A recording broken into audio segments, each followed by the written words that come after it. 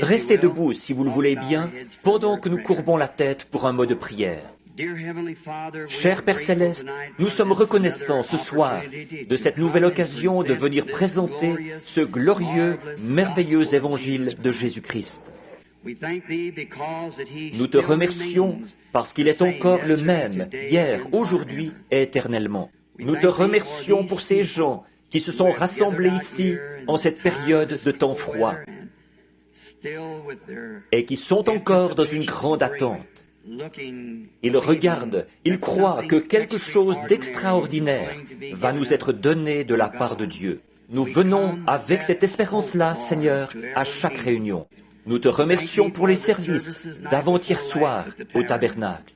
Nous te remercions pour le service d'hier soir ici et pour le service d'aujourd'hui au tabernacle. Maintenant, nous sommes dans l'expectative de ce que tu auras pour nous ce soir. Père, nous savons que toute personne qui est capable de bouger les mains pourrait tourner les pages de la Bible. Mais il n'y en a qu'un qui puisse la faire vivre et la rendre réelle. C'est toi. Et Père, nous nous attendons à ce que tu fasses cela ce soir. Bénis-nous de toutes les manières. Nos cœurs sont tellement remplis de joie alors que nous voyons approcher le moment où nous allons le rencontrer face à face. Lui que nous avons aimé et pour qui nous avons vécu pendant toutes ces années. Beaucoup de nouveaux convertis, Seigneur, ont été faits.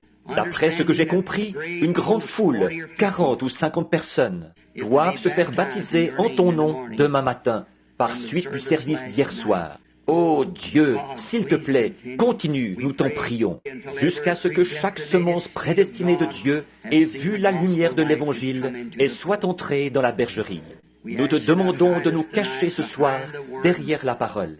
Rends-nous aveugles aux choses du monde et donne-nous de voir Jésus. Qu'il y ait une expérience de la montagne de la transfiguration parmi nous ce soir, de sorte que nous ne voyons personne que Jésus seul. Nous le demandons en son nom, pour sa gloire, et comme confirmation de son évangile. Amen. Vous pouvez vous asseoir. Je vais juste tourner ce micro ou cette chaire un peu de côté si vous n'y voyez pas d'inconvénient, pour que je puisse voir les deux côtés de l'auditoire.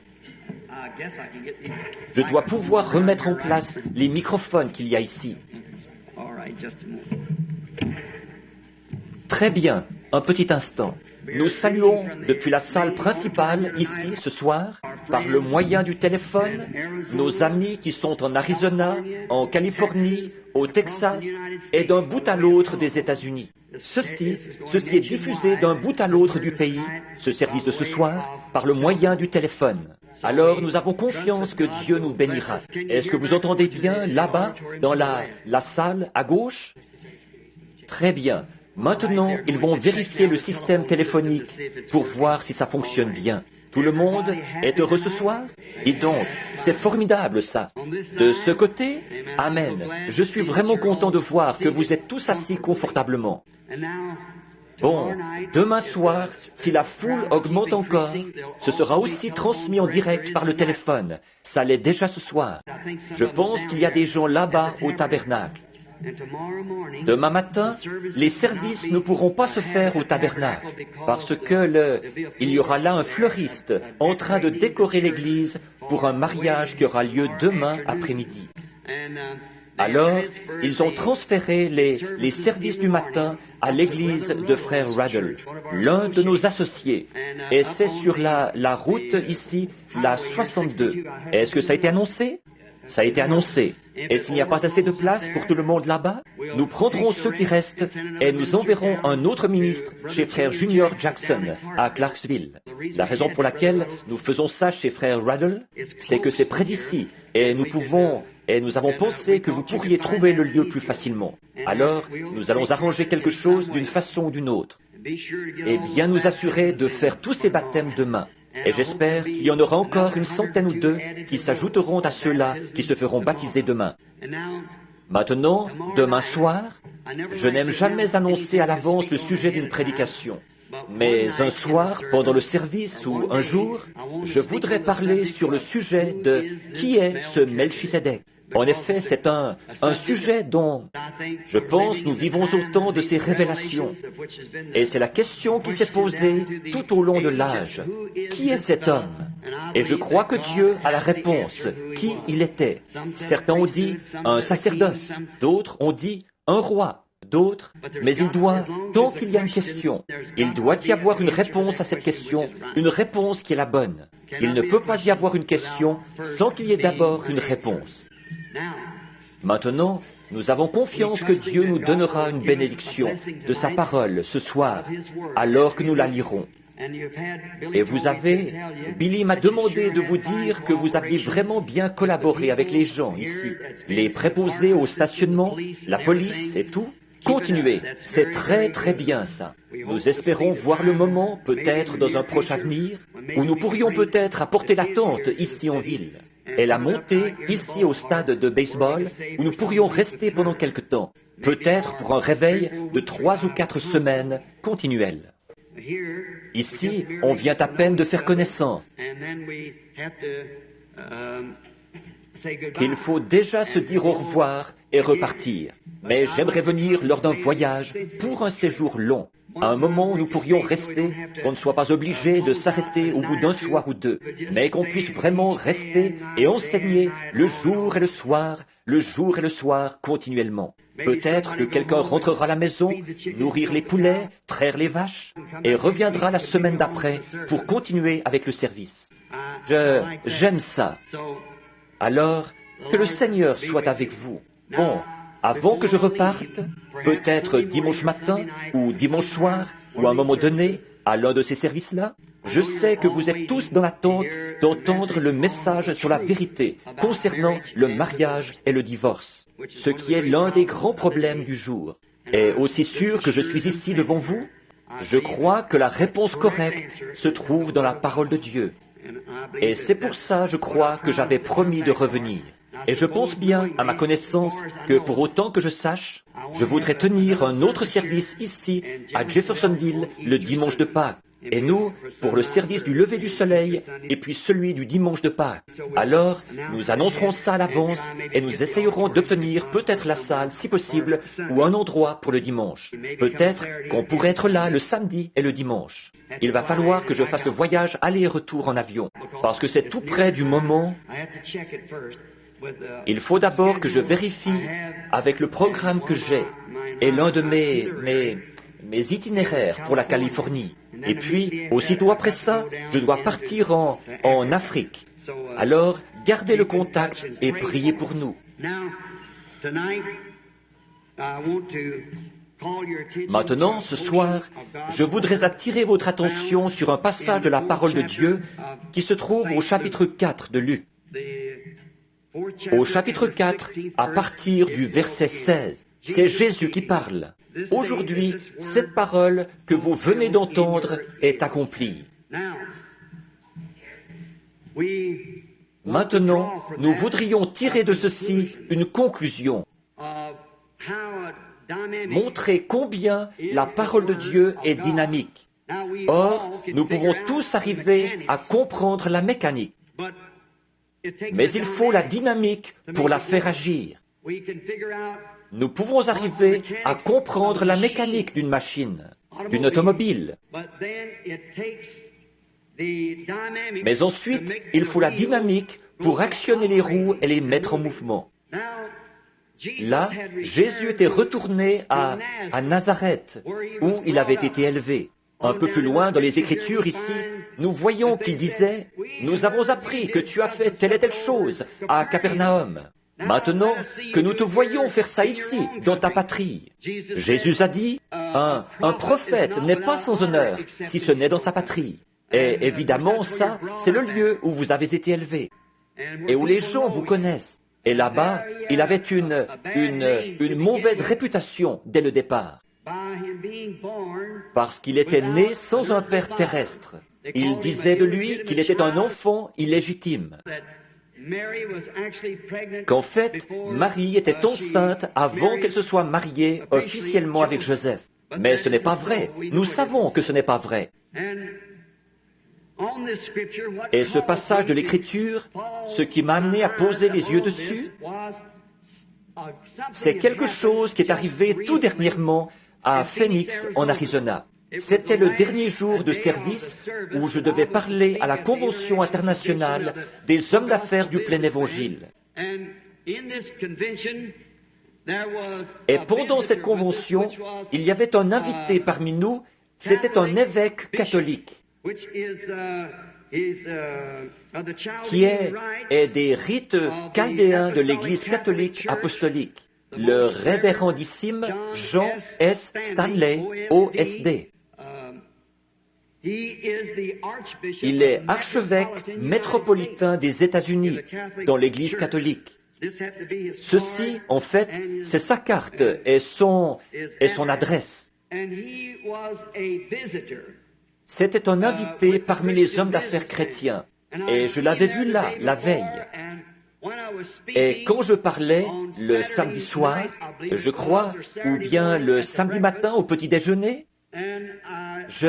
pendant que je parlais, il n'arrêtait pas de m'observer. Je me suis dit, cet homme-là est en désaccord avec tout ce que je dis, ça c'est sûr. Et vous savez, on pouvait facilement le voir. Il n'arrêtait pas de baisser et de relever la tête. Mais je ne savais pas au juste ce qui le travaillait. Alors, le dimanche après-midi, quand je me suis levé pour parler, j'allais prendre mon texte sur les douleurs de l'enfantement. Le passage où Jésus a dit que, comme une femme qui enfante, elle éprouve les douleurs de l'enfantement. Et alors, j'allais me servir de ça pour parler du sujet, les douleurs de l'enfantement, disant que le monde est actuellement dans les douleurs de l'enfantement. L'ancien doit disparaître pour que le nouveau puisse naître, tout comme une semence doit tomber en pourriture pour produire une nouvelle vie.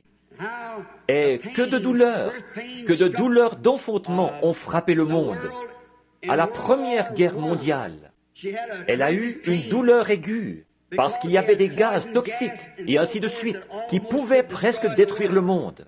Et à la Seconde Guerre mondiale, elle a été prise d'une autre douleur plus difficile à supporter.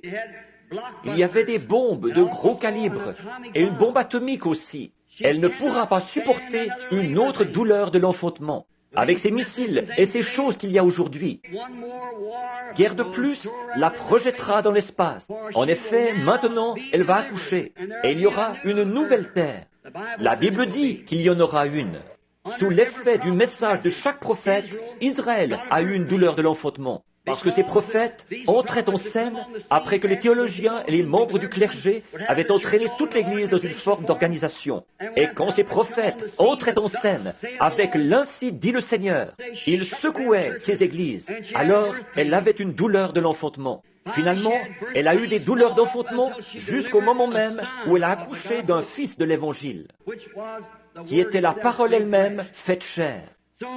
Ainsi, l'Église éprouve réellement ce soir les douleurs de l'enfantement de nouveau pour accoucher du Fils de Dieu qui doit revenir.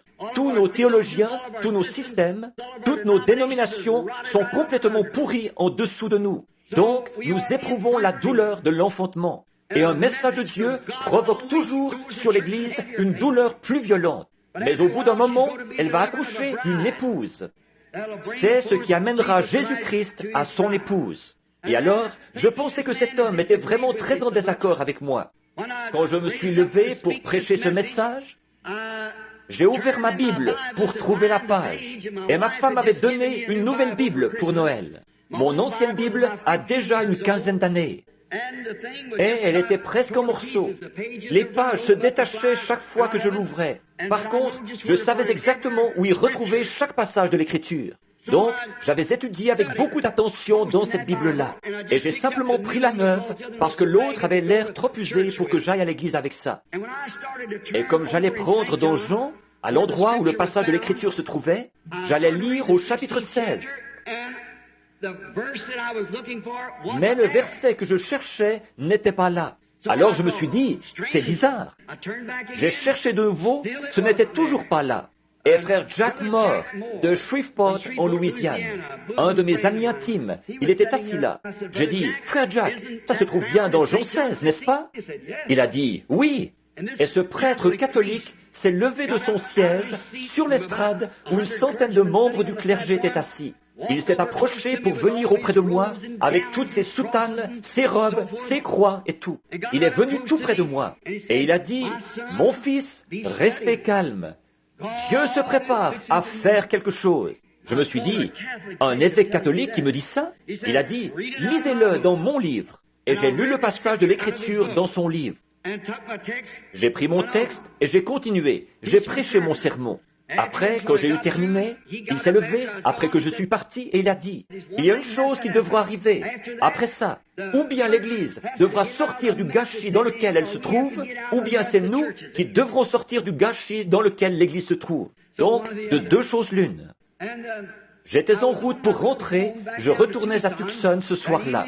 Les enfants réclamaient un sandwich, alors je me suis arrêté à un petit kiosque pour acheter un sandwich. Et ma femme m'a dit, « Bill, je n'ai jamais été aussi mal à l'aise de toute ma vie, de te voir debout là, à chercher partout dans cette Bible. » Elle a dit, « Tu n'étais pas mal à l'aise, toi ?» J'ai dit, « Non. » J'ai dit, « Je savais que ça se trouvait là-dedans quelque part. Il n'avait pas inséré cette page-là, c'est tout. C'est une faute d'impression. » Et elle a dit, de penser que c'est moi qui t'avais acheté cette Bible. On aurait dit que tous les yeux étaient fixés sur moi là-bas. Et j'ai dit, eh bien, ce n'était pas de ta faute. C'était une faute d'impression dans cette Bible. J'ai dit, ils n'ont pas inséré cette page-là, c'est tout. Eh bien, je me suis mise à l'examiner de nouveau. Elle était tout ce qu'il y a de plus parfait. Mais le chapitre 16 se termine, il y en a une partie qui s'arrête à environ 3 pouces du bas. Et l'autre, le chapitre 17, de l'autre côté, fait la même chose. Et comme c'était une Bible neuve, ces 2 pages étaient parfaitement collées ensemble. Et je lisais dans le chapitre 17 au lieu du chapitre 16. Bon, j'ai dit, tout ça, c'est bien. Il y a une raison à ça. Et aussi clair que vous pourriez entendre n'importe quelle voix. Une voix m'est venue et a dit, « Il se rendit à Nazareth, là où il avait été élevé. » Et il entra dans la synagogue selon sa coutume.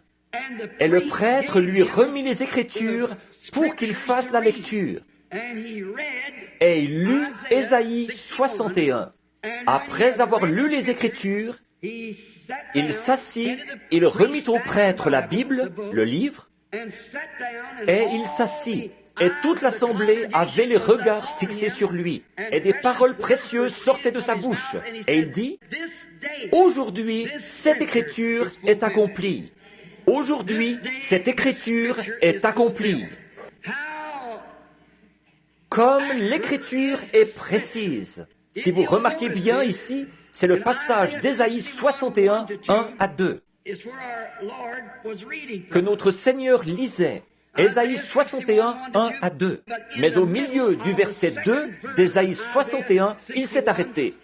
Le passage où il est dit, « L'Esprit du Seigneur est sur moi pour publier une année de grâce. » Puis il s'est arrêté. Pourquoi? L'autre partie d'exercer le jugement ne s'appliquait pas à sa première venue, mais à sa seconde venue. Voyez-vous, ça ne s'appliquait pas là. Vraiment, les Écritures ne font jamais d'erreur. Elles sont toujours parfaites. Jésus s'est arrêté exactement là où l'Écriture s'arrêtait. Parce que c'était exactement ça qui devait être confirmé à son époque. Alors, pendant cette première venue, à la seconde venue, il exercera un jugement sur la terre. Mais pas à cette époque-là. Il devait publier une année de grâce. Remarquez, le Messie était debout sur l'estrade pour s'identifier à la parole de la promesse pour cet âge-là.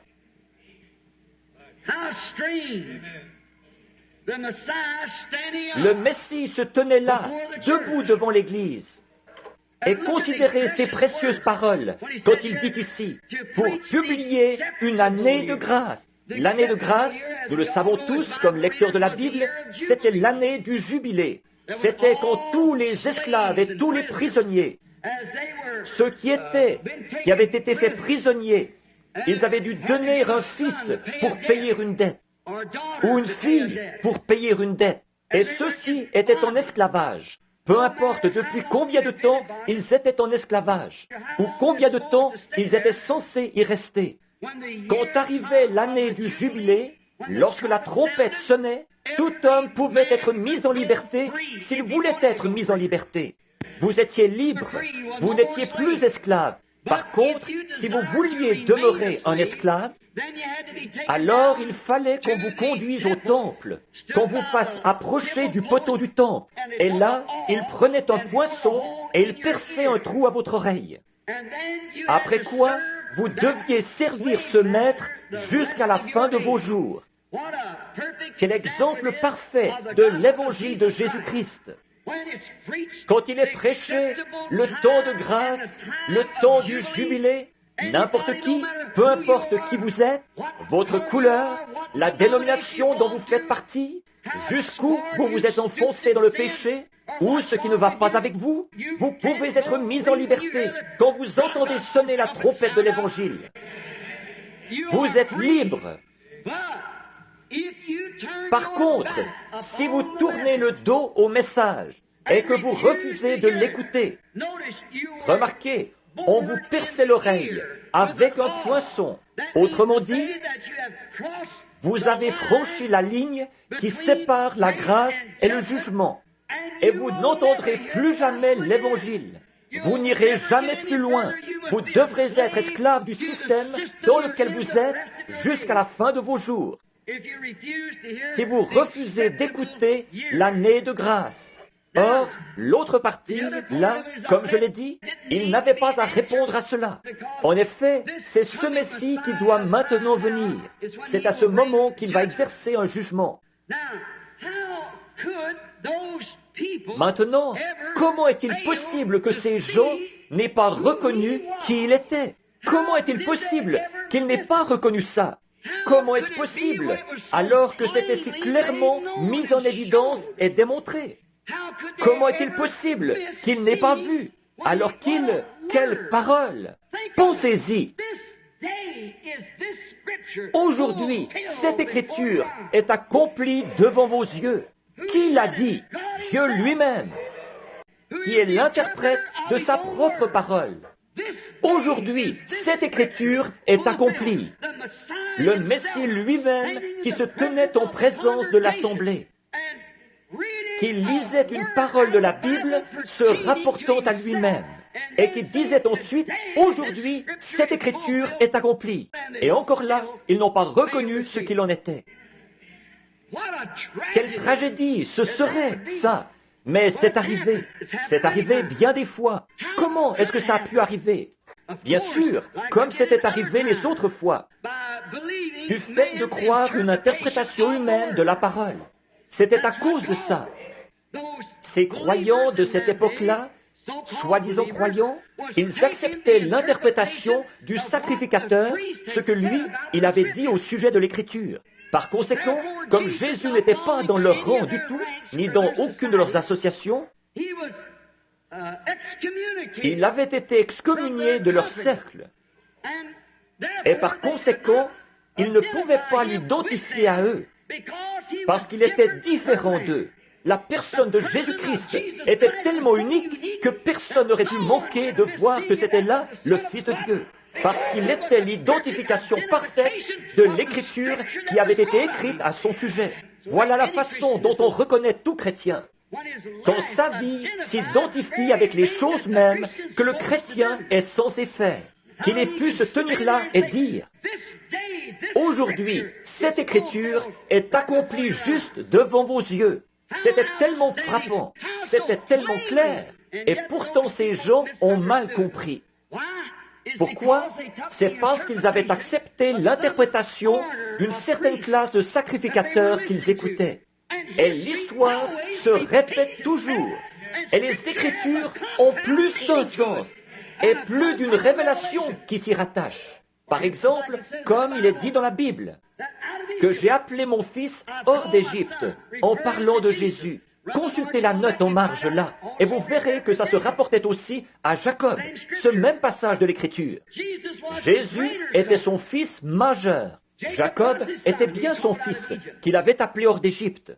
C'est ce que la référence de Scofield et toutes les autres références donnent pour ça, parce que c'est le passage de l'Écriture auquel ça faisait allusion. Donc, il y avait à ça un double accomplissement. Il y avait un accomplissement en Jacob qui avait été appelé à sortir et en Jésus qui avait été appelé à sortir. Et c'est pareil aujourd'hui. C'est pour ça que nous sommes dans la confusion autant que nous le sommes. Et que les gens n'arrivent pas à voir la vérité de Dieu.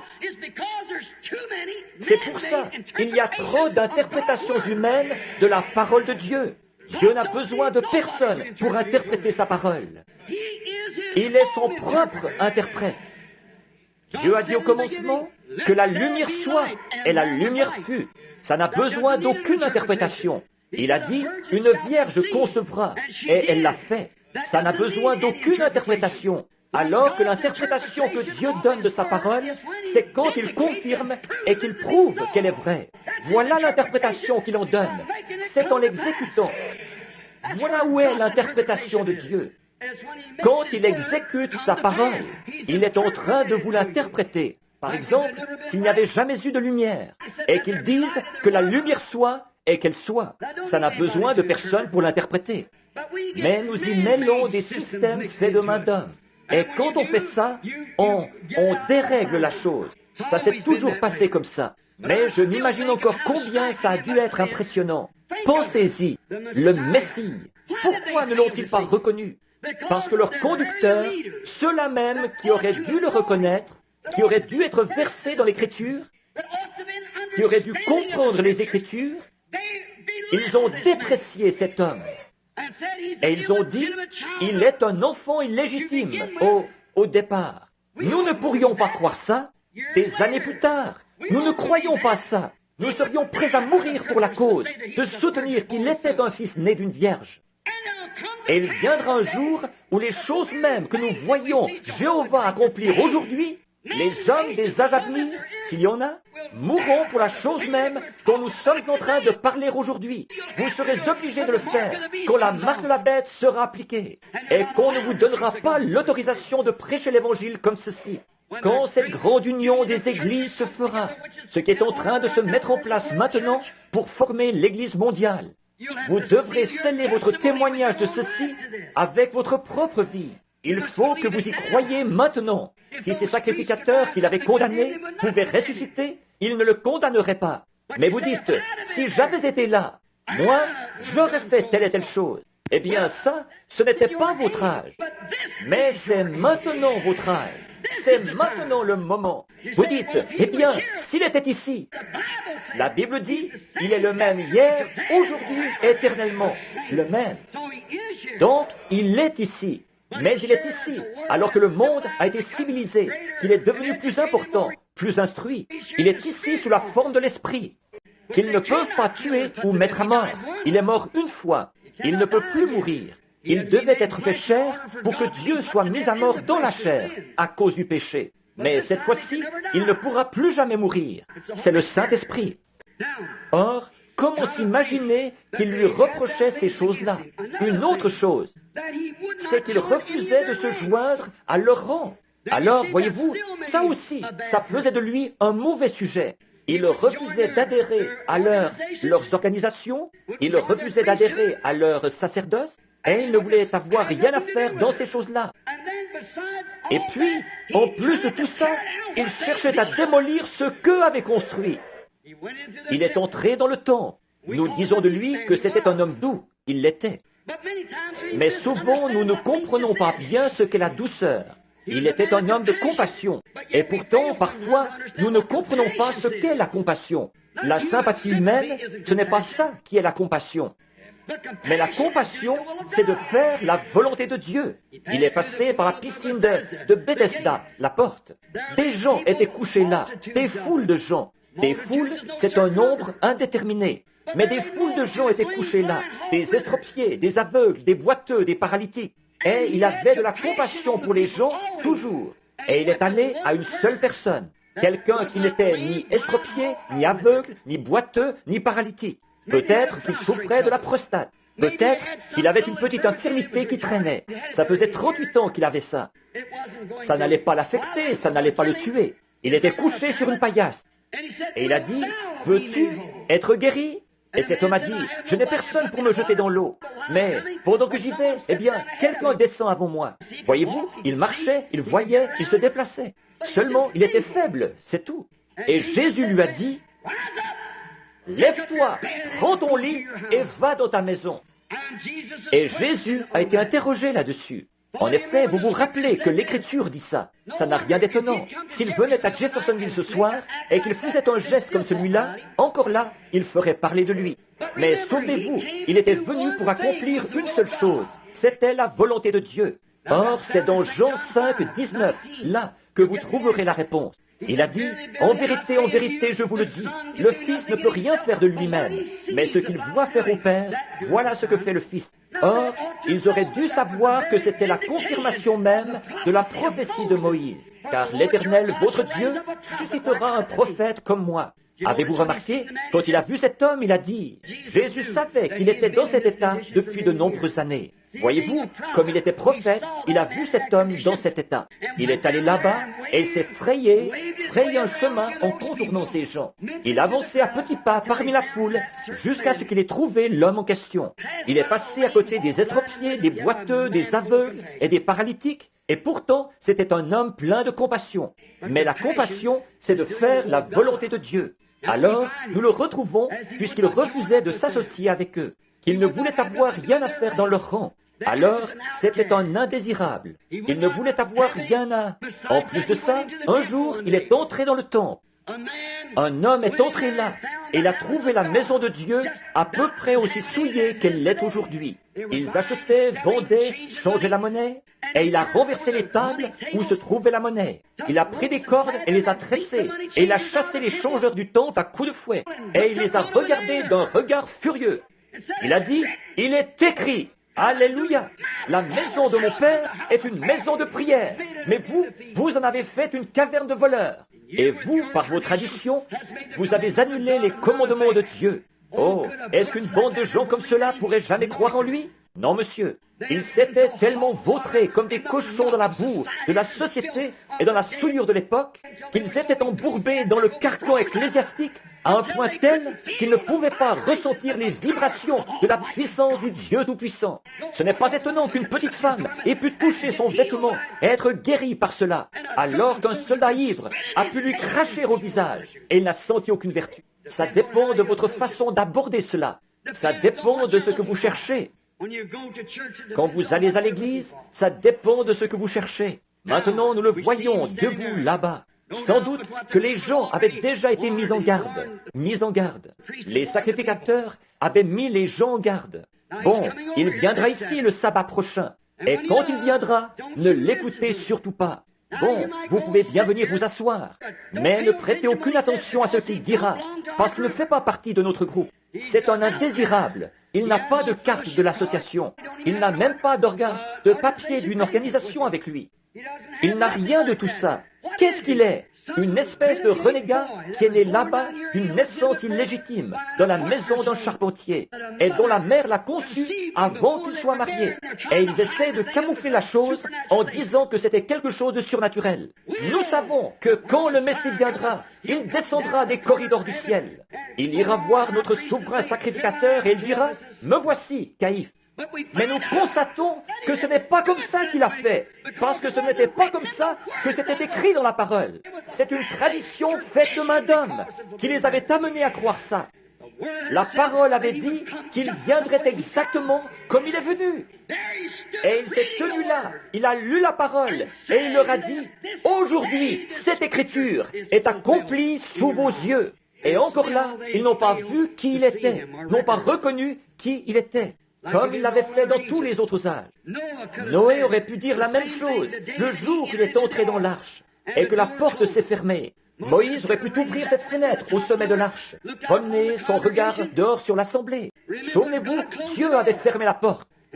Et il aurait pu dire, « Aujourd'hui, cette écriture est accomplie sous vos yeux. » Mais à ce moment-là, il était trop tard pour eux. Il avait prêché pendant 120 ans pour essayer de les faire entrer dans ce bateau qu'il avait construit, en leur disant que l'Écriture avait dit « Ainsi dit le Seigneur, il va pleuvoir. » Seulement, ils avaient attendu trop longtemps. Mais Noé aurait aisément pu dire ça. En ce jour même, aujourd'hui, l'Écriture est accomplie. Moïse, le jour même où la colonne de feu est descendue sur le mont Sinaï et a attesté son témoignage. Moïse aurait pu dire, aujourd'hui, cette écriture est accomplie. Moïse, vous le savez, était un homme appelé de Dieu, un prophète. Et au moment de son appel, comme il était prophète, il devait avoir une expérience surnaturelle pour être prophète. Il devait rencontrer Dieu face à face et parler avec lui. Autre chose, ce qu'il disait devait s'accomplir, sinon personne n'aurait cru en lui. Alors, aucun homme n'a le droit de se donner ce titre-là. Avant d'avoir parlé face à face avec Dieu, derrière un désert, quelque part où il a lui-même rencontré Dieu. Et tous les athées du monde ne pourraient pas l'en dissuader par leurs explications. Il était là, il sait que c'est arrivé. Tout chrétien devrait avoir eu cette expérience-là avant de mentionner quoi que ce soit au sujet d'être un chrétien. Votre propre expérience. Je parlais à mon neveu il y a quelque temps, un jeune catholique, qui disait « Oncle Bill, j'ai couru à droite et à gauche, je suis allé partout en essayant de trouver quelque chose. » Toutes les nuits, avant que cette série de réunions commence, il a pleuré. La nuit, il a eu des songes qu'il entrait ici. Il venait en courant à l'hôtel, là où l'on prêchait, et il confessait qu'il avait eu tort. J'ai dit, Melvin, peu importe où tu essaieras d'aller, à combien d'églises tu adhéreras, combien de « Je vous salue Marie » tu réciteras, ou combien de bénédictions tu recevras d'un homme. Il faut que tu naisses de nouveau de l'Esprit de Dieu. C'est la seule chose qui satisfera le cœur humain. Ça, je sais qu'on en a un substitut aujourd'hui de la nouvelle naissance. Il suffit de serrer la main du prédicateur et de mettre votre nom sur le registre. Mais, mes amis, ça, c'est un dogme. Ce n'est pas une vérité biblique. Si c'en était une, dans les Actes des Apôtres au chapitre 2, voici ce qu'on lirait. Lorsque le jour de la Pentecôte arriva, le pasteur sortit et serra la main aux gens. Mais il y est dit, lorsque le jour de la Pentecôte arriva, à l'inauguration de l'Église, il vint du ciel un bruit comme celui d'un vent impétueux. Et il remplit toute la maison où ils étaient assis. Voilà comment le Saint-Esprit est venu la première fois. Voilà comment il est venu toutes les fois depuis cette fois-là. Il est Dieu et il ne change pas. Or, ça choque les gens. Ils disent, ça c'était pour une autre époque. Eh bien, il est le même hier, aujourd'hui et éternellement. Chaque fois que l'Église a reçu le Saint-Esprit, il est toujours venu comme il l'a fait la première fois, en vertu de la même ordonnance. Acte 2, 38. Ça n'a jamais changé, ça ne changera jamais. C'est comme l'ordonnance d'un médecin pour une maladie. Il va rédiger une ordonnance pour une maladie, le médecin va faire ça. Vous la portez à un pharmacien charlatan. Et il met trop d'antidotes là-dedans, c'est tellement faible que ça ne vous fera aucun bien. S'il met trop de poison là-dedans, ça vous tuera. Elle doit être rédigée selon les spécifications du médecin. Et l'ordonnance du médecin sur la manière de recevoir le Saint-Esprit nous a été donnée par le docteur Simon-Pierre au jour de la Pentecôte. Je vais vous donner une ordonnance. Repentez-vous, chacun de vous, et soyez baptisés au nom de Jésus-Christ pour la rémission des péchés. Et vous recevrez le don du Saint-Esprit, car l'ordonnance est pour ceux qui sont au loin et en aussi grand nombre que le Seigneur notre Dieu les appellera. L'ordonnance éternelle. Moïse avait eu cette expérience-là. Il est descendu là-bas, dans le pays, et il s'est mis à dire aux gens, « J'ai rencontré une colonne de feu. Elle était dans un buisson ardent, et il m'a chargé de vous parler. Je suis celui qui suis. Va, je serai avec toi. Saisis le bâton dans ta main et lève-le sur l'Égypte. Tout ce que tu demanderas, ce sera fait. » Eh bien, probablement qu'un sacrificateur a dû dire, « Quel non-sens !» Mais quand ils ont vu la réalité même de ceci agir, s'accomplir, ils n'ont pas pu résister plus longtemps. Ils ont su qu'il était envoyé de Dieu. Alors si Moïse affirmait avoir vu ça, et qu'il rendait témoignage de ça, que c'était la vérité, alors Dieu est obligé, s'il sait bien la vérité, d'identifier et de confirmer que la parole de cet homme, c'est la vérité. C'est vrai. Si Jésus-Christ est tenu là et qu'il a lu ce jour-là, aujourd'hui cette parole est accomplie devant vous. Dieu est obligé d'exécuter cette parole. Nous nous tenons ici ce soir et nous disons que Jésus-Christ est le même hier, aujourd'hui et éternellement. Dieu est obligé de prouver qu'il en est bien ainsi. Parce que c'est sa parole. Or, qu'est-ce que ça produit? Il faut avoir la foi, y croire. Il faut avoir la foi, croire sa parole, croire qu'elle est bien la vérité. Remarquez ce qui est arrivé. Quand Moïse a fait sortir les enfants et tous ceux qui l'ont suivi, Ceux qui n'ont pas suivi sont restés en Égypte. Mais ceux qui ont suivi Moïse, quand ils sont sortis de la mer Rouge et qu'ils sont arrivés dans le désert, Dieu est descendu sur le mont Sinaï. Cette colonne de feu a embrasé toute la montagne. Et de là, une voix a parlé. Et Dieu a donné les 10 commandements. Moïse aurait pu s'avancer vers les gens là-bas et dire « Aujourd'hui, l'écriture dont je vous avais parlé, moi qui suis son prophète, s'accomplit. Aujourd'hui, je vous avais dit que Dieu m'avait rencontré là-bas dans un buisson ardent, dans une colonne de feu, et qu'il avait dit ceci, ceci sera un signe. Tu ramèneras ces gens ici même, dans ce lieu, de nouveau. Et voilà Dieu, dans cette même colonne de feu dans laquelle je vous avais dit qu'il était, qui se tient là, sur la montagne. Aujourd'hui, cette prophétie est accomplie. Il est ici pour confirmer que les choses que je vous ai dites sont la vérité. Oh Dieu, donne-nous plus d'hommes comme celui-là, qui soient honnêtes et sincères et qui disent la vérité, de sorte que le Dieu Tout-Puissant puisse confirmer que sa parole est toujours la vérité. Il est encore le même, hier et éternellement. Pourquoi est-ce qu'il ne le ferait pas? Il a promis de le faire. Josué aurait bien pu dire la même chose. Le jour où il est revenu à Kadès Barnéa, là où ils étaient parvenus dans leur trajet dans le désert, ils doutaient que le pays soit le genre de pays que Dieu avait dit qu'il serait. Mais Dieu leur avait dit que c'était un bon pays, que c'était un pays où coulait le lait et le miel. Et Josué et Caleb étaient les 2 seuls qui croyaient ça, alors qu'ils étaient partis avec les 10 autres. Quand ils sont revenus, ils avaient la preuve. Ils avaient une grappe de raisin qui ne pouvait être portée que par 2 hommes forts. Josué et Caleb auraient pu se tenir là et dire « Aujourd'hui, cette écriture est accomplie. Voici la preuve que c'est un bon pays. » Bien sûr. Pourquoi? Voilà la preuve que c'est un bon pays. Où avez-vous déjà trouvé des choses comme ça en Égypte? Là-bas, il n'y avait pas d'endroit pareil. Mais aujourd'hui, cette écriture est accomplie. Il aurait pu dire la même chose quand il avait prophétisé et qu'il avait dit que les murailles de Jéricho s'écrouleraient après qu'ils en auraient fait le tour 7 fois, pendant 7 jours, 7 fois en un jour. Et quand ils en ont fait le tour la dernière fois, les murailles se sont écroulées. Josué aurait pu se lever et dire « Aujourd'hui, alors que le capitaine en chef de l'armée de l'Éternel m'avait dit, il y a des semaines, que ça se passerait comme ceci. Aujourd'hui, cette écriture est accomplie. Les murailles s'étaient complètement effondrées. Venez, allons nous en emparer, ça nous appartient. Aujourd'hui, cette écriture est accomplie. Comme c'est formidable, des hommes de Dieu ont pris position pour les choses qui sont justes. Israël, au fleuve, quand ils allaient prendre possession du pays, traverser. Comment vont-ils s'y prendre? C'est au mois d'avril. Il y a de l'inondation causée par la fonte des neiges là-bas en Judée.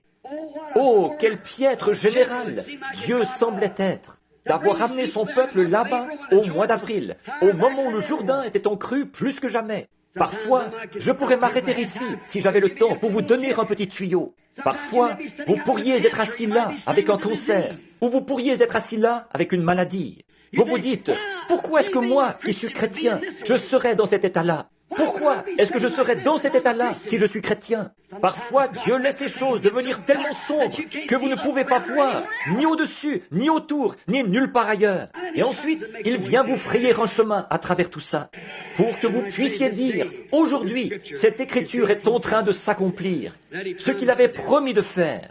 Il a laissé les enfants hébreux entrer tout droit dans la fournaise ardente. Ils avaient dit, notre Dieu peut nous délivrer de ce feu de la fournaise. Mais quoi qu'il en soit, nous ne nous prosternerons pas devant votre statue. Quand ils sont ressortis de là, l'odeur de la fournaise sur eux, ou plutôt sans odeur de la fournaise sur eux, ils auraient pu dire, aujourd'hui, cette écriture est accomplie. Quand Daniel est sorti de la fosse au lion, il aurait pu dire la même chose. Jean-Baptiste, au bout de 400 ans d'enseignement ecclésiastique, ce n'est pas étonnant que cette église ait été en plein gâchis à cette époque-là.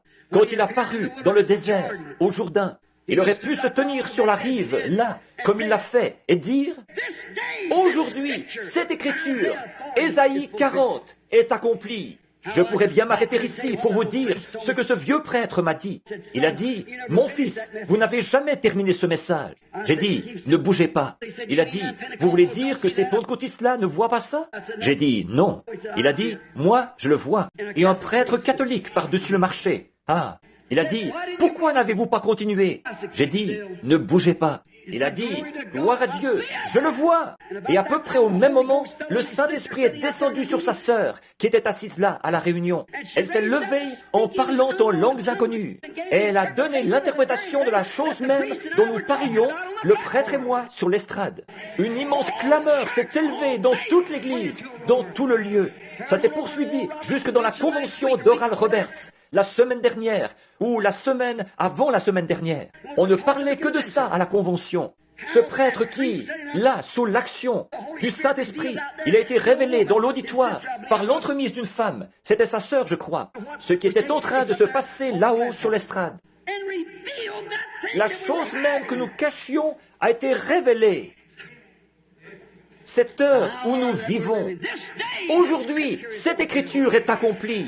Aujourd'hui, les lumières du soir sont venues et nous ne les voyons pas. Remarquez, Jean a dit, aujourd'hui, je suis la voix de celui qui crie dans le désert, comme l'a dit le prophète Ésaïe. Préparez le chemin du Seigneur. Ils n'ont pas compris. Ils disaient, oh, tu es Jésus, tu es le Christ, plutôt. Il a dit, je ne suis pas le Christ. Il a dit, je ne suis pas digne de délier ses souliers. Mais, il a dit, il est au milieu de vous quelque part. En effet, il était sûr qu'il serait là. Il serait là à son époque, puisque Dieu lui avait dit que c'était lui qui allait présenter le Messie. Un jour, un jeune homme passait par là, et il a vu comme une lumière au-dessus de lui, un signe. Et il s'est écrié, « Voici l'agneau de Dieu. Aujourd'hui, cette écriture est accomplie devant vous. » C'est sûr. Au jour de la Pentecôte, Pierre s'est levé et il a cité leur écriture, Joël 2, 38. Alors qu'ils étaient tous là à rigoler, ces gens-là. Ils n'arrivaient pas à parler dans leur langue à eux. Ils baragouinaient autre chose. La Bible dit des langues séparées. Séparées, c'est une langue partagée. Ils ne disaient rien. Ils ne faisaient que baragouiner. Ils couraient dans tous les sens, comme une bande de gens ivres. Ils disaient tous, « Eh bien, ces gens sont ivres. Regardez-les. Regardez comment ils se conduisent. Ces femmes et ces hommes, ils font du désordre. » C'est ce que disait ce groupe religieux de l'époque. Pierre s'est levé au milieu d'eux. Il a dit, « Hommes, frères, vous qui séjournez à Jérusalem et vous qui habitez la Judée, sachez que ces gens ne sont pas ivres comme vous le supposez, car c'est la 3e heure du jour. Mais c'est ici ce qui a été annoncé par le prophète Joël. Dans les derniers jours, je répandrai mon esprit sur toute chair. Aujourd'hui, cette écriture s'est accomplie. Certainement, Luther est arrivé à l'heure. Wesley est arrivé à l'heure. La Pentecôte est arrivée à l'heure. Il n'y a rien qui fait défaut. Maintenant, je vous demande de considérer l'âge et le temps où nous vivons actuellement par rapport à la parole promise pour aujourd'hui. Si autrefois, dans les autres âges, des hommes ont pu dire « Aujourd'hui, cette écriture. Aujourd'hui, cette écriture. » Alors, qu'en est-il de l'écriture pour aujourd'hui? Qu'est-ce qui est promis pour aujourd'hui? Où en sommes-nous? À quelle heure vivons-nous? Alors que l'horloge indique, que l'horloge de la science indique. Minuit moins 3. Le monde est affolé. L'Église est dans un lit de corruption. Plus personne ne sait où il en est. Il est quelle heure du jour? Qu'en est-il de l'écriture pour aujourd'hui? La situation de l'Église ou la situation de l'Église d'aujourd'hui. Dans le monde, la politique, notre système mondial, c'est pourri au possible. Je ne suis pas un politicien, je suis un chrétien. Mais ce n'est pas mon affaire de parler de politique. Mais je voudrais simplement dire qu'ils sont pourris des deux côtés. J'ai voté une seule fois, c'était pour Christ. Je ne peux pas faire autrement que de gagner. Le diable a voté contre moi et Christ a voté pour moi. Ça dépend du parti pour qui moi j'ai voté. Je suis content d'avoir voté pour lui. Que le monde dise ce qu'il voudra. Moi, je crois toujours qu'il est le même hier, aujourd'hui et éternellement. Il le prouvera. Certainement qu'il le prouvera. Certainement. L'augmentation de la criminalité, de la délinquance juvénile. Regardez notre nation, qui était autrefois la fleur de la terre. Notre grande démocratie a été créée à l'époque à la déclaration d'indépendance. La déclaration d'indépendance a été signée et nous avons eu une démocratie. Et nos illustres ancêtres et les choses qu'ils ont faites. Nous avions une grande nation, mais elle est maintenant en train de pourrir, de s'effondrer, de trembler et de s'écrouler. Et ils cherchent à imposer les gens pour obtenir de l'argent à envoyer là-bas en vue d'acheter l'amitié de leurs ennemis. Et eux, ils nous renvoient ça en plein visage. Une première guerre mondiale, une deuxième guerre mondiale, et on se dirige encore vers une troisième. Certainement, la politique est pourrie, corrompue, pourrie jusqu'au trognon. C'est exactement ce que Matthieu 24 avait annoncé. Une nation s'élèverait contre une nation, un royaume contre un royaume. Toutes ces choses qui allaient se produire. Considérons ça maintenant. Très bien. Remarquez une autre chose. Les progrès de la recherche scientifique. Il fut un temps où, juste, mon grand-père allait voir ma grand-mère en char à bœuf. Maintenant, on a un avion à réaction, ou même un engin qu'on met en orbite dans les airs, dans l'espace. C'est grand. Qui donc avait dit ça? Dans Daniel 12:4, il est dit, la connaissance augmentera dans les derniers jours. Nous voyons l'heure où nous vivons. Remarquez maintenant la situation du monde, l'état de la science. Remarquez encore autre chose. Aujourd'hui, dans notre système d'éducation, maintenant, n'essayez pas de nier ça. J'ai des coupures de journaux. Ils enseignent le sexe dans nos écoles, aux jeunes élèves à avoir des relations sexuelles l'un avec l'autre pour voir s'ils pourront vivre en couple dans le monde. Oui, monsieur.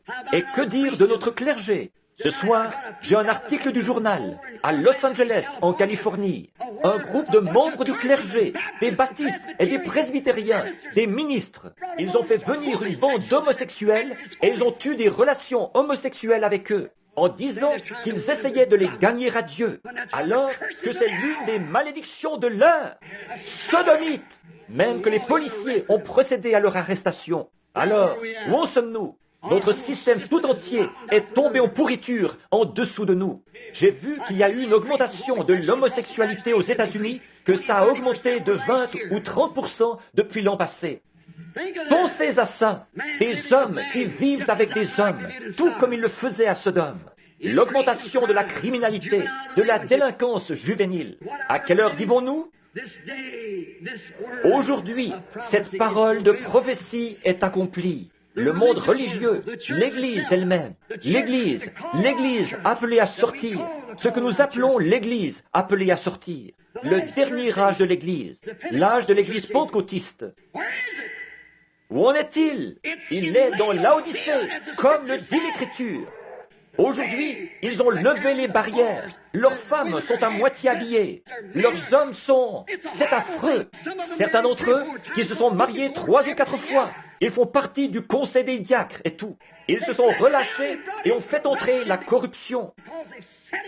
Parce qu'ils ont tenu conseil et ils se sont ralliés au monde. Et aujourd'hui, ils ont les meilleurs bâtiments qu'ils aient jamais eus. Quelque part, l'une d'elles est en train de construire une salle de 50 millions de dollars. 50 millions de dollars. Des pentecôtistes. Autrefois, ils étaient là, au coin, il y a 25 ans de ça, à battre du tambourin. Ils disaient, nous, parce que, dit l'Écriture dans Apocalypse 3, tu es riche. Que tu dis? Je suis riche. Je suis assise en reine.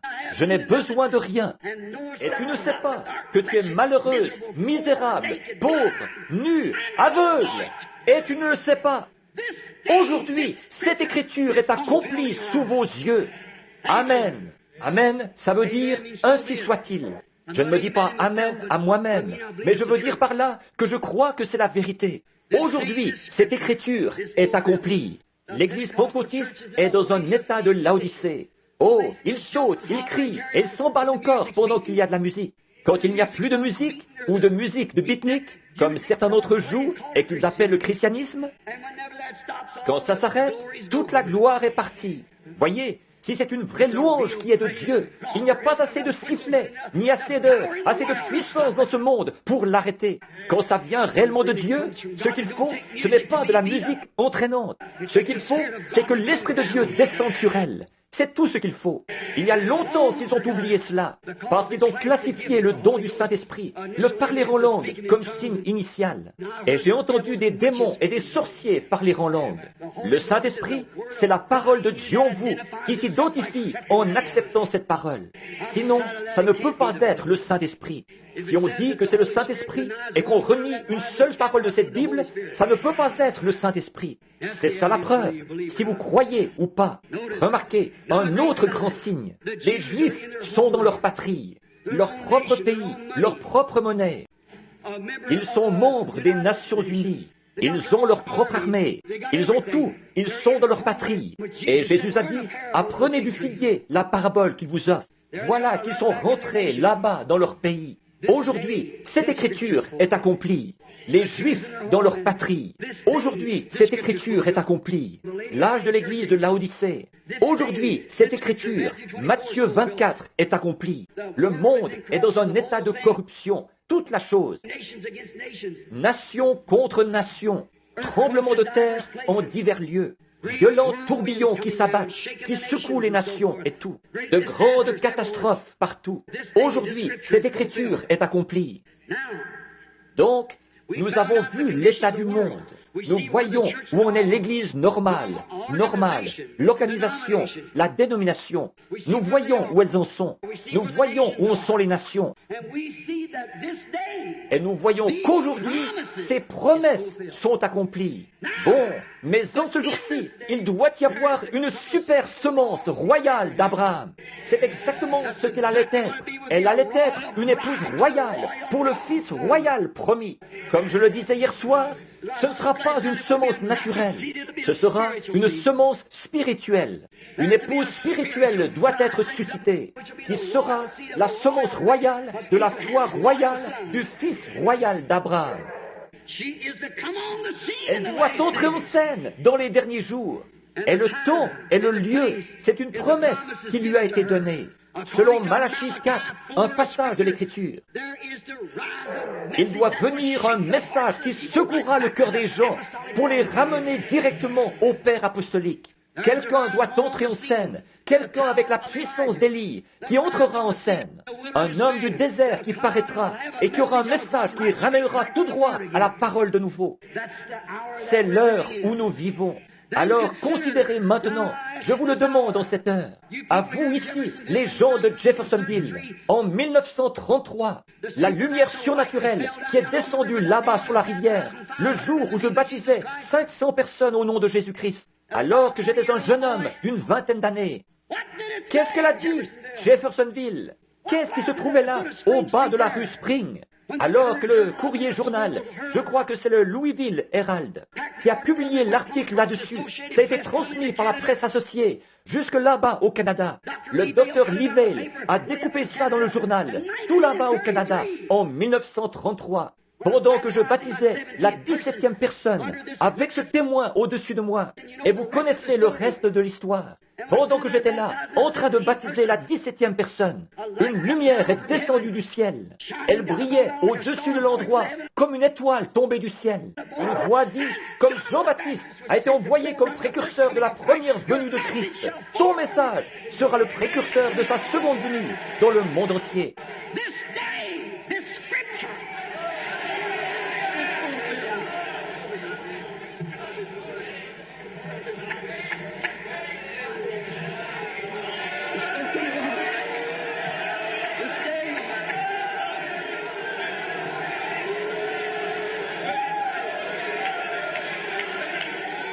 Aujourd'hui, cette écriture est accomplie. Aujourd'hui, Dieu l'avait promis. Qu'est-ce qui est arrivé? Aujourd'hui, cela a fait le tour du monde. Et alors que Dieu était venu là-bas et qu'il avait dit ça, quand j'étais un petit garçon dans un buisson ardent, ou dans un buisson là-bas, embrasé par une colonne de feu, ici, chez les Watton, sur Utica Pike, je transportais de l'eau là-bas, de la grange jusqu'à l'alambic. Vous savez que c'est la vérité. Il a dit, ne fume jamais, ne bois jamais, ne souille jamais ton corps, car tu auras une œuvre à accomplir quand tu seras plus âgé. J'atteste la vérité de ça. Je l'ai bien vu. Et Dieu, comme il l'avait fait dans le cas de Moïse, il a parlé devant l'assemblée qui se trouvait là-bas. Et il a dit, C'est la vérité. Aujourd'hui, cette écriture est accomplie au milieu de nous. Regardez ce qu'il avait dit au sujet du discernement et la façon dont ça se passerait. De l'imposition des mains aux gens jusqu'à connaître le secret du cœur. Aujourd'hui, cette écriture est accomplie devant nos propres yeux. Ces promesses qui avaient été faites. Remarquez, toutes ces promesses avaient été confirmées et accomplies par le Dieu de la promesse. Regardez, elle est accrochée à Washington, D.C. ce soir. La photo de l'ange du Seigneur. Alors que George J. Lacey, le chef du service des empreintes digitales et documents du FBI pour le gouvernement des États-Unis, avait examiné ça à Houston, au Texas, et il avait dit « C'est le seul être surnaturel qui ait jamais été photographié dans le monde entier. Il est bien placé pour le savoir. C'est le meilleur qu'il y a dans le monde, dans ce domaine. » Remarquez, elle est accrochée là-bas, comme quoi c'est bien la vérité. La même colonne de feu qui conduisait Israël autrefois dans le désert, elle conduit aujourd'hui.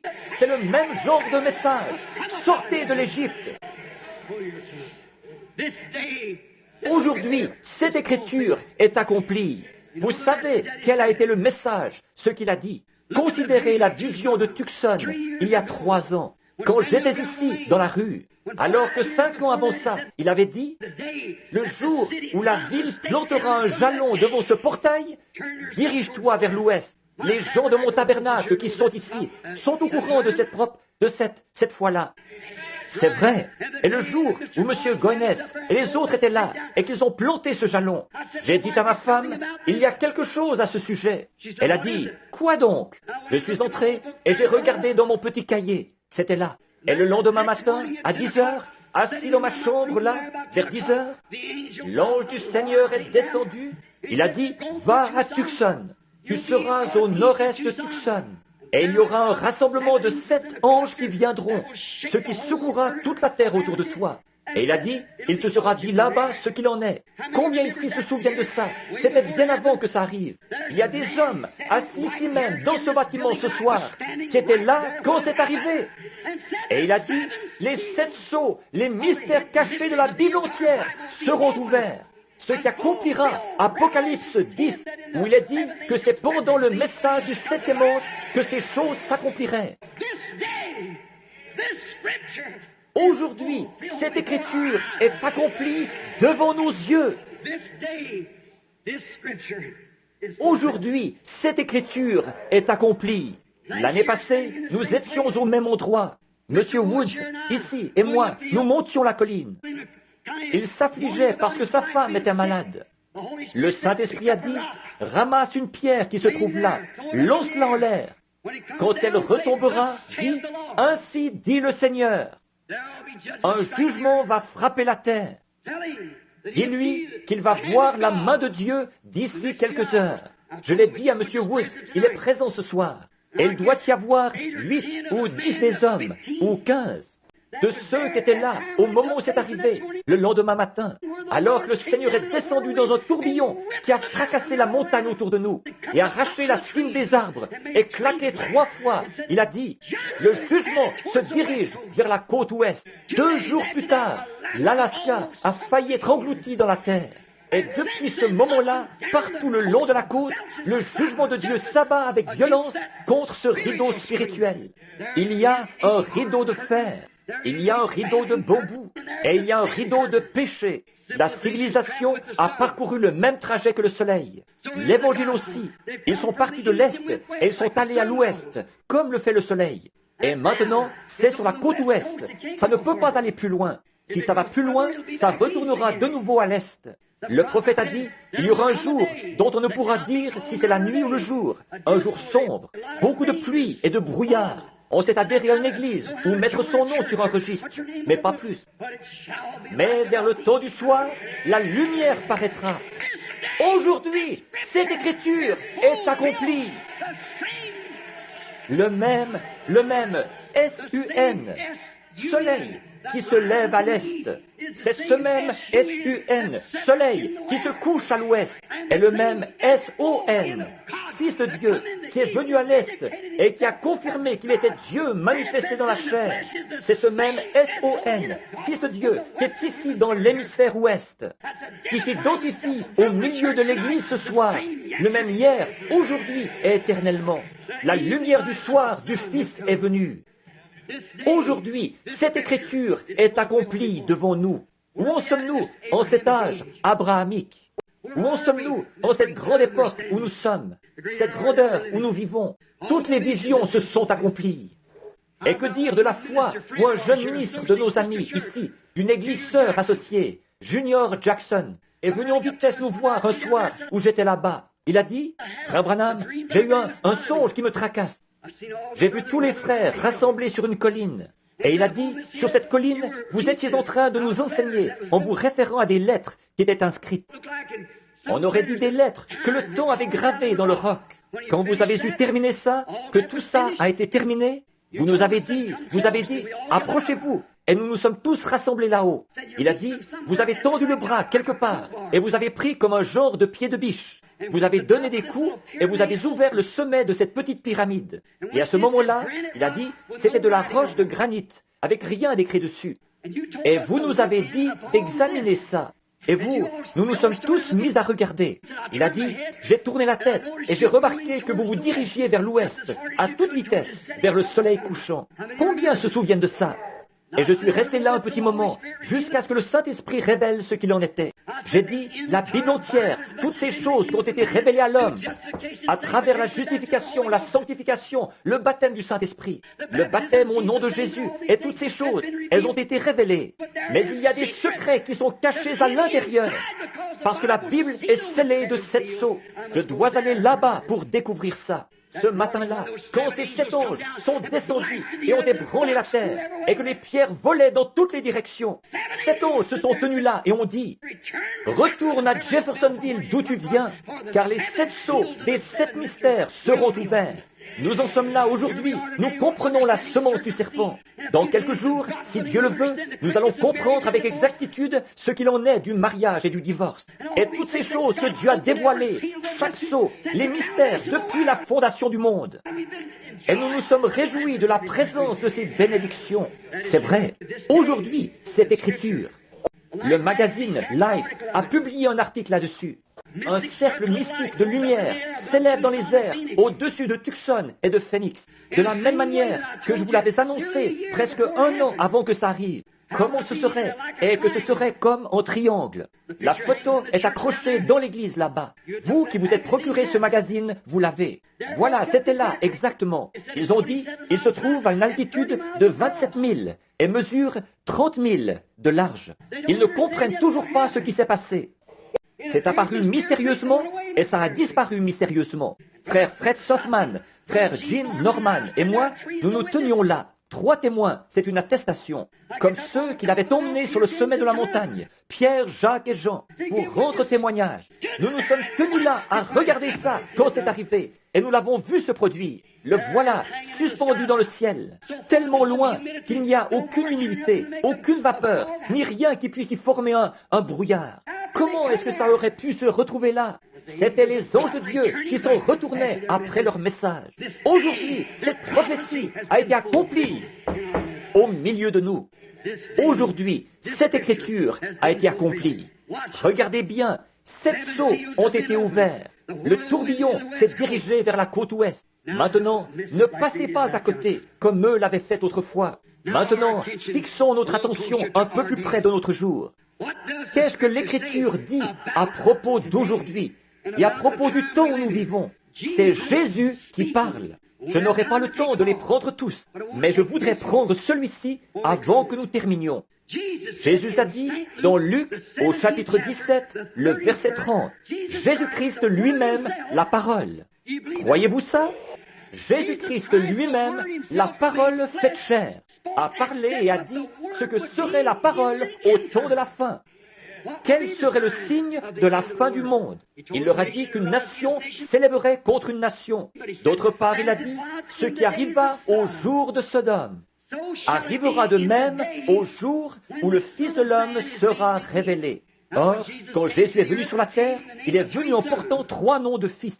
Fils de l'homme, qui est un prophète, fils de Dieu et fils de David. Maintenant, il a vécu ici sur terre. Il n'a jamais dit qu'il était le Fils de Dieu. Il disait, « Je suis le Fils de l'homme ». Jéhovah lui-même a appelé Ézéchiel et les prophètes « Fils de l'homme ». En effet, il devait venir pour accomplir l'Écriture en tant que prophète. Moïse avait dit, « L'Éternel, votre Dieu, suscitera un prophète comme moi ». C'est pour ça qu'il ne pouvait pas être le Fils de Dieu là, parce qu'il était le Fils de l'homme. La parole est venue au prophète, et il était la parole dans sa plénitude. Fils de l'homme, le prophète majeur. Non pas le prophète majeur, mais le prophète Dieu. La plénitude de la divinité était corporellement en lui. Donc, il était le Fils de l'homme. Maintenant, pendant 2000 ans, il s'est fait connaître à nous en tant que Fils de Dieu, Esprit. Et dans le millénium, il sera Fils de David sur le trône. Ça, nous le savons tous, nous qui croyons les Écritures.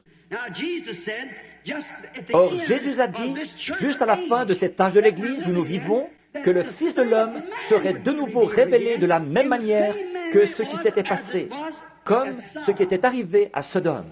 Observez historiquement comment il a exposé ça. Il a dit ce qui arriva au jour, en premier, de Noé.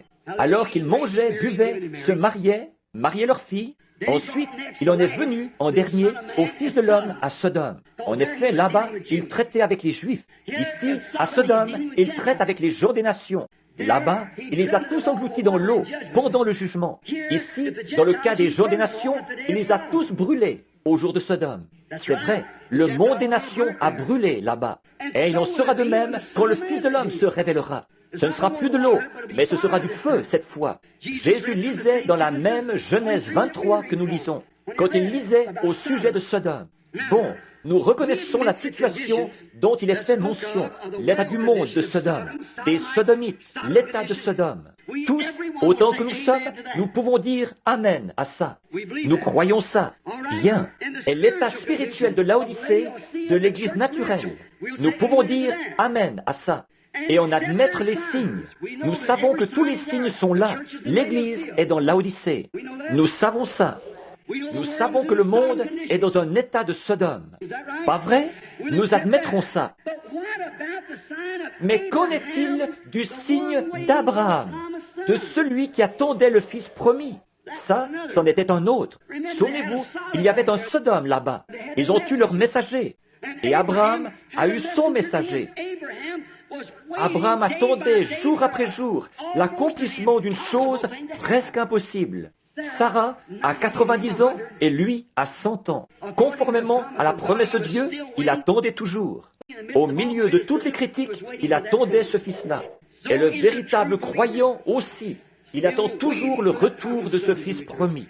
Remarquez, juste avant que le fils arrive, un signe lui avait été donné. Le signe du Fils qui doit venir ne doit-il pas être révélé à la semence royale d'Abraham qui attend le Fils royal, comme il l'avait été à notre père Abraham dans le cas du Fils naturel? Jésus l'a dit ici dans Luc 17:30, avant que ce temps-là arrive, que le Fils de l'homme se révélerait, comme il l'avait fait au jour de Sodome, avant la destruction de Sodome. Maintenant, nous attendons un signe. Considérons maintenant la situation de ce temps-là telle qu'elle était à Sodome. Remarquez, ils avaient tous sombré dans un état sodomite, le monde. Je pense que l'un des cinéastes a réalisé un film il n'y a pas longtemps, et j'ai eu l'occasion de le voir. C'était Sodome. Si jamais vous le voyez, et qu'on n'en présente pas d'autres avec celui-là, allez le voir. C'est certainement une bonne image des États-Unis d'aujourd'hui. Hollywood, très précisément, même genre d'habillement et toutes les autres choses qu'ils faisaient à cette époque-là.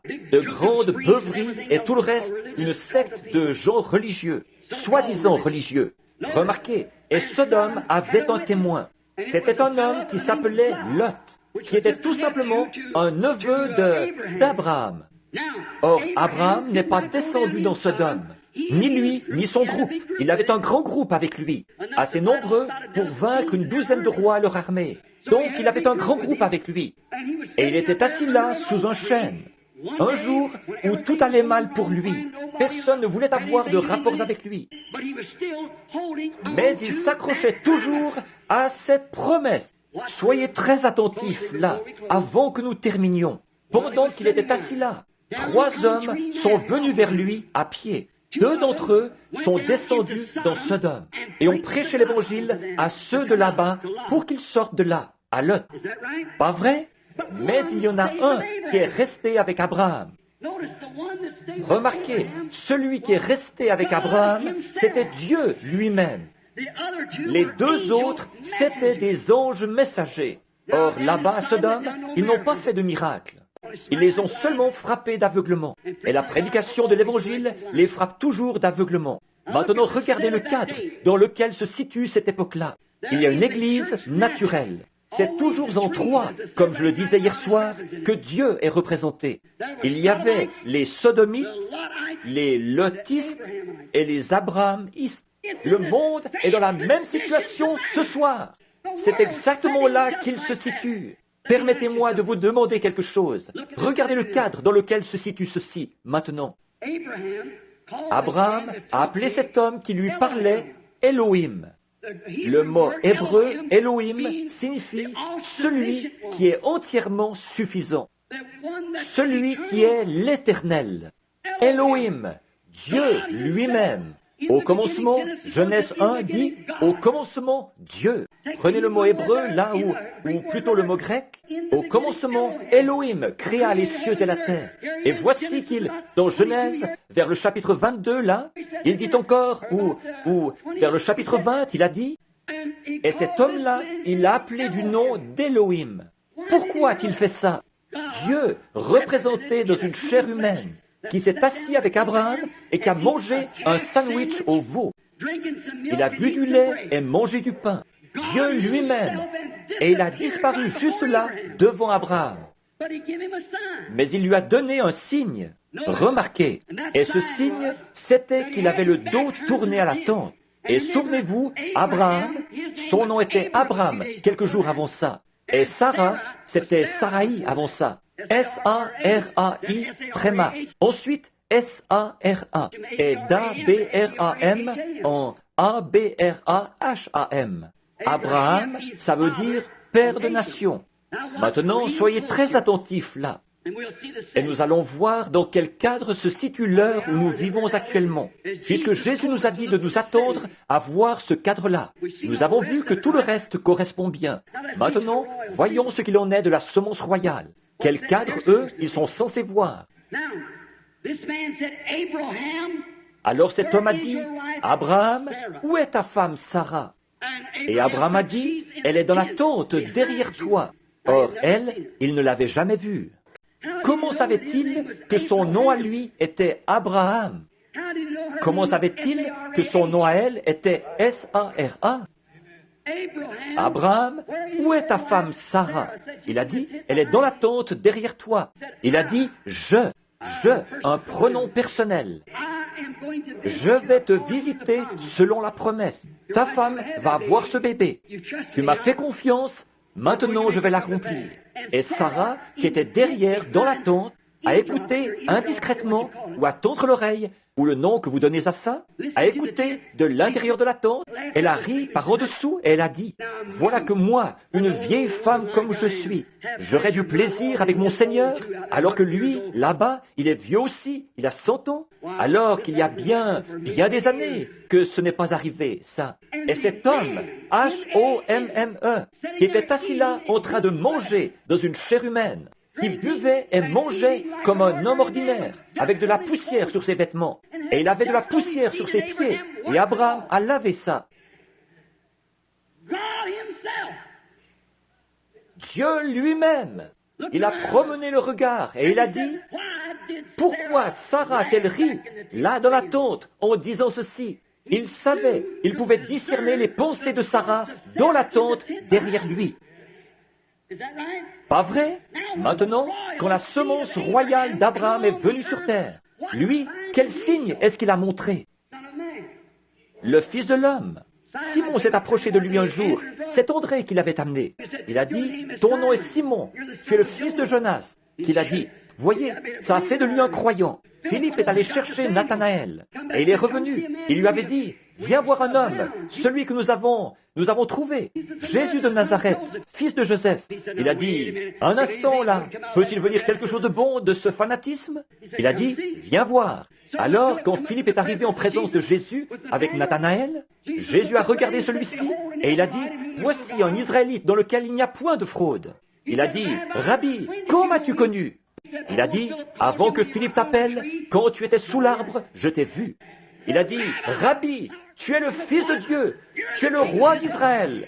Quand la petite femme au puits, dans son état d'immoralité, est arrivée dans un petit décor semblable à ceci, pour puiser de l'eau, Jésus avait envoyé ses disciples acheter des vivres. Quand elle s'est approchée pour puiser de l'eau, il a dit, « Femme, apporte-moi à boire. » Elle a dit, « Vous n'avez pas coutume de dire ce genre de choses. Il y a de la ségrégation ici. Vous, les Juifs, là, vous n'avez rien à faire avec nous, les Samaritains. Nous n'avons rien à faire avec vous. » Il a dit, « Mais femme, si tu savais à qui tu parles, c'est toi qui me demanderais à boire. Je te donnerai des eaux qu'on ne vient pas puiser ici. » Il a découvert quel était son état, ce qu'il en était. Il a dit, « Va chercher ton mari et viens ici. » Elle a dit, « Je n'ai pas de mari. » Il a dit, « Tu as dit la vérité, tu en as eu 5, et celui avec qui tu vis maintenant n'est pas ton mari. » Elle a dit, « Monsieur, je vois que tu es prophète. Nous savons que quand le Messie sera venu, il nous annoncera ces choses. » Jésus a dit, « Je le suis. » Là-dessus, elle est allée à la ville en courant et elle a dit, « Venez voir un homme qui m'a dit ce que j'ai fait. Ne serait-ce point le Messie? » Regardez bien, il a fait ça devant les Juifs et devant les Samaritains, mais jamais devant les gens des nations. Les gens des nations, c'est nous. À cette époque-là, nous étions des païens, des autres nations. Nous nous promenions avec une massue sur le dos. Nous adorions des idoles. Nous n'attendions pas du tout un Messie. Il apparaît uniquement à ceux qui l'attendent. Et nous sommes censés être en train de l'attendre. Mais ceux qui prétendaient être en train de l'attendre, l'Église elle-même, quand ils ont vu cette chose-là s'accomplir, ils ont dit, il est un démon, il est un diseur de bonne aventure, un Belzébul. Et Jésus a dit que ce péché leur serait pardonné, vu qu'il n'était pas encore mort. Mais il a dit, un jour, le Saint-Esprit viendra faire la même chose. Et de prononcer un seul mot contre cela, ce ne sera jamais pardonné. Ça, c'est ce jour-ci où tous les éléments de la parole doivent s'enchaîner. De prononcer un seul mot contre cela, ça ne sera jamais pardonné, ni dans ce monde, ni dans le monde à venir. C'était la semence royale d'Abraham. Et ici, cette semence royale d'Abraham, qui était venue à cause de cette identification de cet homme qui était assis là avec Abraham, il est venu pour prouver qu'il s'agissait du même Dieu.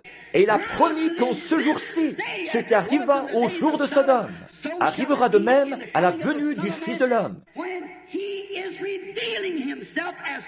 Au moment où il se révélera en tant que Fils de l'homme.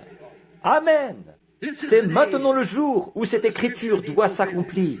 Regardez dans quel cadre nous nous situons aujourd'hui. Regardez l'Église ou le Fils de Dieu. Regardez ce jour sombre. Regardez toutes les prophéties. Maintenant, une chose étrange. Nos visiteurs devraient déjà être là. Dans ce cas, si le cadre doit être le même qu'à Sodome, ils étaient 3 qui étaient venus. 3 hommes remarquables envoyés du ciel. Nous admettrons ça. Ils étaient 3. Un est resté avec Abraham. Ils sont tous allés là pour commencer. Mais un est resté avec Abraham. Les autres sont descendus à Sodome. Pas vrai? Et Abraham, son nom avait été changé d'Abraham en Abraham. Pas vrai? Il n'y a pas une seule fois dans l'histoire où l'Église du monde ait jamais eu un évangéliste qui aille vers elle, dont le nom se soit terminé par H-A-M, avant aujourd'hui. Billy, G-R-A-H-A-M. Pas vrai? G-R-A-H-A-M, 6 lettres. A-B-R-A-H-A-M, c'est 7 lettres. Mais G-R-A-H-A-M, c'est 6 lettres. C'est-à-dire le monde, l'homme, voyez? Regardez ceux qui sont allés là-bas aujourd'hui. Ce sont ces messagers du ciel. Y a-t-il un homme sur terre qui ait prêché la repentance aussi clairement que Billy Graham? Y a-t-il eu un homme qui ait autant marqué les gens que Billy Graham? Jamais il n'y a eu un homme sur le plan international. Oh, Billy Sunday et les autres ont été ici aux États-Unis. Mais Billy Graham est connu mondialement. Voyez-vous d'où il lance son appel? De Sodome. Et il y a celui qui l'accompagne là-bas, qui est avec l'église pentecôtiste. un Oral Roberts. Mais qu'en est-il du groupe des élus? Eux, quel genre de signe est-ce qu'ils sont censés voir? Eux, qu'est-ce qu'ils sont censés recevoir? Alléluia! Au temps du soir, la lumière paraîtra. Aujourd'hui, cette écriture est accomplie. Aujourd'hui, la promesse de Dieu est accomplie. Nous savons que c'est la vérité. Il est ici ce soir, comme il l'était à cette époque-là. Or, de prêcher ça, comme je le disais tout à l'heure, si vous prêchez quelque chose et que c'est la vérité de l'Évangile, alors Dieu est obligé de confirmer ça. Pas vrai? Maintenant, s'il en est ainsi, alors que le Dieu qui a écrit la parole, que le Dieu qui a donné la prophétie, que le Dieu de la parole s'avance.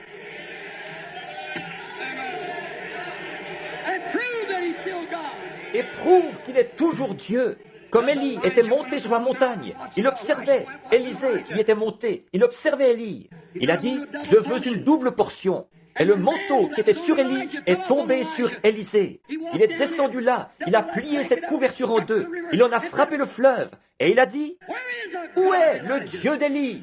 Et la même chose qui s'était passée pour Élie s'est passée pour Élisée. Et le même évangile, la même puissance, le même Fils de l'homme qui existait hier, existe aujourd'hui et existera éternellement. Hébreux 13, 8. Croyez-vous ça? Alors je vous demande ceci. Je ne peux pas être lui, mais il est ici. Nous ne sommes qu'un porteur. Certains d'entre vous dans l'auditoire qui êtes malades et affligés et qui savez que je ne vous connais pas, que Dieu maintenant, si je peux m'humilier suffisamment, priez et demandez à Dieu. Je ne pense pas, il n'y a pas de carte de prière dans le bâtiment, n'est-ce pas? Non, nous n'avons distribué aucune carte de prière. Nous allons faire une réunion de prière ou de guérison des malades à l'église. Mais vous, priez, qui savez que je vous suis totalement inconnu. Voyez, vous me connaissez, vous de Jeffersonville. Je ne veux pas que ce soit les gens de Jeffersonville qui fassent ça. Je veux que ce soit les gens qui viennent de quelque part ailleurs. Voyez si Dieu révèle toujours. Voyez s'il est toujours le même, hier, aujourd'hui et éternellement. Faites comme la petite femme avait fait. Il passait, elle s'est dit, je crois en cet homme. Elle avait une perte de sang. Elle s'est dit, si je peux toucher le bord de son vêtement, je crois que je serai guéri. Pas vrai? À cause de sa foi, ce jour-là, l'Écriture s'est accomplie. Il a pansé le cœur de ceux qui avaient le cœur brisé. Il a guéri les malades et les estropiés. Quand elle a touché son vêtement et qu'elle est allée s'asseoir, il s'est retourné et il a dit, qui m'a touché? Comment est-ce qu'il a bien pu savoir ça dans cette immense foule? Probablement 30 fois plus de gens qu'il y en a ici ce soir, des milliers. Comment est-ce qu'il a su ça? Il a dit, qui m'a touché? Il n'a pas dit ça juste pour le plaisir de le dire. Il l'a dit parce que c'était vrai. Alors il a dit, qui m'a touché? Tout de suite, il a regardé autour de lui et il a vu la petite femme à l'endroit où elle se trouvait assise ou debout, quelle était la position dans laquelle elle se trouvait. Et il lui a dit que sa perte de sang s'était terminée. Ça, c'était Jésus hier. C'est lui aujourd'hui. Vous croyez ça? Je ne vous connais pas. Dieu, lui, vous connaît. Mais vous avez des douleurs aux côtés qui vous dérangent. C'est exact. Vous êtes assis là, en train de prier pour ça. Est-ce que je vous suis inconnu? Que nous sommes des inconnus l'un pour l'autre? Levez-vous si c'est le cas. Je ne vous connais pas. C'est cet homme-ci, juste ici au coin, ce jeune homme. Vous avez aussi mal à la gorge. C'est exact. Vous êtes en train de prier pour ça. Vous êtes dans un état de grande nervosité à cause de quelque chose. Vous allez être obligé de quitter cette série de réunions parce que vous êtes ministre. Vous avez des obligations, des choses dont vous devez vous occuper. C'est exact. Oui. Croyez-vous que Dieu sait qui vous êtes? Monsieur le révérend Smith, maintenant, vous pouvez aller être guéri. Jésus-Christ vous a guéri. Allez à votre réunion. Votre gorge ne va pas vous déranger. Qui a-t-il touché?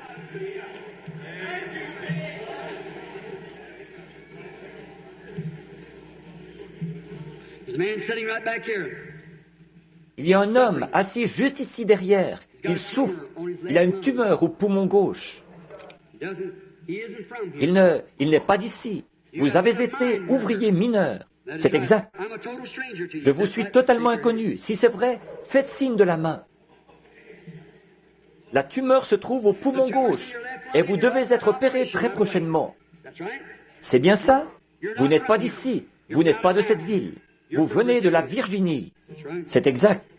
Croyez-vous que Dieu sait qui vous êtes? Monsieur Mitchell, c'est exact. Rentrez chez vous et soyez rétablis. Jésus-Christ vous guérit. Demandez à cet homme. Je ne l'ai jamais vu de ma vie. Il était assis là en train de prier. Aujourd'hui, cette écriture. Voici une dame assise juste ici, derrière moi. Comme Sarah qui était dans la tente. Elle est en train de prier pour sa fille. Levez-vous. Sa fille n'est pas ici. Elle se trouve au loin. Sa fille, vous êtes dans le même cas que cette femme, quand elle était venue à Jésus, parce qu'une femme était tourmentée de diverses façons par un démon. Cette jeune fille est possédée du démon. Elle n'est pas ici. Elle est vous venez de la Caroline du Nord. Croyez-vous ça? Et c'est la vérité, n'est-ce pas? Madame Horsders, vous pouvez rentrer chez vous. Si vous croyez de tout votre cœur, vous trouverez votre fille comme elle l'avait trouvée quand Jésus-Christ autrefois avait dit qu'elle était guérie. Aujourd'hui, cette écriture, le signe de Sodome, le signe de la super semence, le signe de l'Église naturelle. Aujourd'hui, cette écriture est accomplie au milieu de vous. Le croyez-vous? Voulez-vous l'accepter maintenant même comme votre sauveur, votre guérisseur? Levez-vous, chacun de vous, dites, j'accepte ma guérison. Je l'accepte comme mon sauveur. Je l'accepte comme mon roi.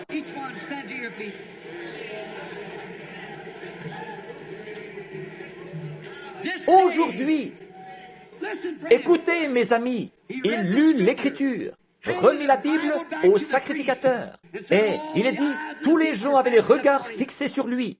Il les regarda et dit, aujourd'hui, cette Écriture est accomplie. J'ai lu l'Écriture avec une douzaine ou plus de preuves que nous vivons au dernier jour. La génération qui verra le retour de Jésus-Christ sur la terre. Et je vous dis, ce soir, de nouveau, aujourd'hui, cette écriture est accomplie devant vous. Vous qui êtes à Tucson, vous qui êtes en Californie, vous qui êtes à New York, ceux qui nous sont reliés par le téléphone. Aujourd'hui, cette écriture est accomplie devant vous. Réjouissons-nous et soyons dans l'allégresse, car les noces de l'agneau sont proches, et son épouse à elle, son épouse à lui, s'est préparée. Levons les mains et donnons-lui gloire, vous tous les peuples. Que Dieu vous bénisse.